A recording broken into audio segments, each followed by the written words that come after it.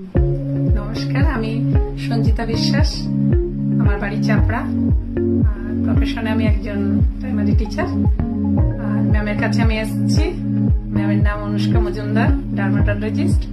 আর আমি যে সমস্যা নিয়ে এসেছিলাম, আমার মাথার চুল সামনের দিকে অনেকটাই পড়ে গেছিল, জায়গায় জায়গায় গোল হয়ে চুল উঠে গেছিল।